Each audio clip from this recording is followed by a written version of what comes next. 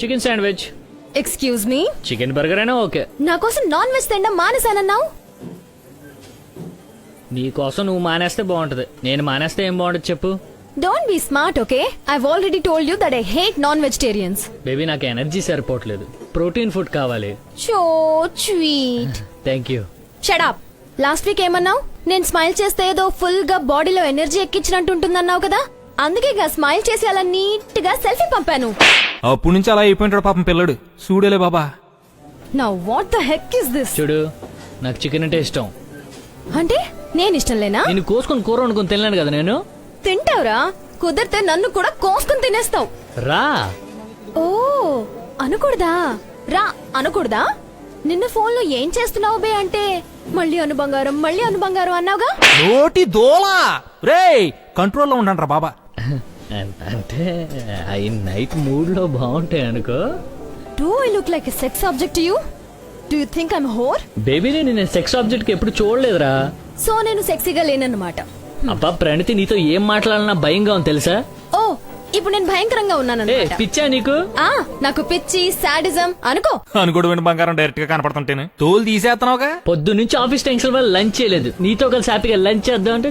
Yo baby I'm so sorry. Lunch లేదా? ఓరి నాయనో, దీని యాక్టింగ్ కి ఆస్కార్లు 60 సార్లు ఇవ్వాలి. చెప్పొచ్చు కదా.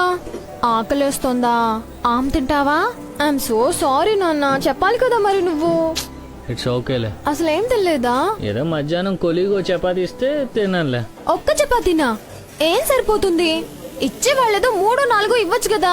ముష్టి మొహల్. అది తెచ్చుకున్నదే 2, సంతోషించు. అందులో ఒకటి ఇచ్చింది కావ్య. కావ్య ఈడిని ఎవడో కప్పెట్టక్కర్లేదు, ఈడిగిడి గొయ్యి తీసుకుని కప్పెట్టేసుకుంటాడు. ఆ? కావ్య ఏనన్నా తల్లొస్తుందా? బాంబు రాసుకుంటావా? లేకపోతే కాల్ చేసి కావ్యను రమ్మన్నా, దాన్ని నిన్ను ఫ్రై చేసుకుని తినేస్తాను. అంటే నువ్వు నాన్ వెజ్ తినవు కదా. ఓ జోకులు, సెటైర్లు. నాకు ఇక్కడ మండిపోతుంటే నీకు కామెడీ చేయాలనిపిస్తుందా? హే ఇనఫ్ రా, వదిలే. Change the topic. ఎందుకు మామా? టాపిక్ చేంజ్ ఎందుకు మామా? దొరికిపోయావనా? నేను ఇక్కడ మెంటల్ దానిలా వాగుతున్నాను కదా. అంటే ఇక్కడేదో ఫోన్ వస్తుంది. ఫోన్ చేసిన వాళ్ళని చచ్చిపోని. I don't care. నువ్వు అబద్ధాలు చెప్తే చంపేస్తాను. I hate liars. రింగ్ అవుతుంది నీ ఫోన్. ముందే చెప్పి చావచ్చుగా. చెప్పలేదా? వా, నీ అబద్ధాలకు అంతూ పొంతూ ఉండదేంటే బాబా.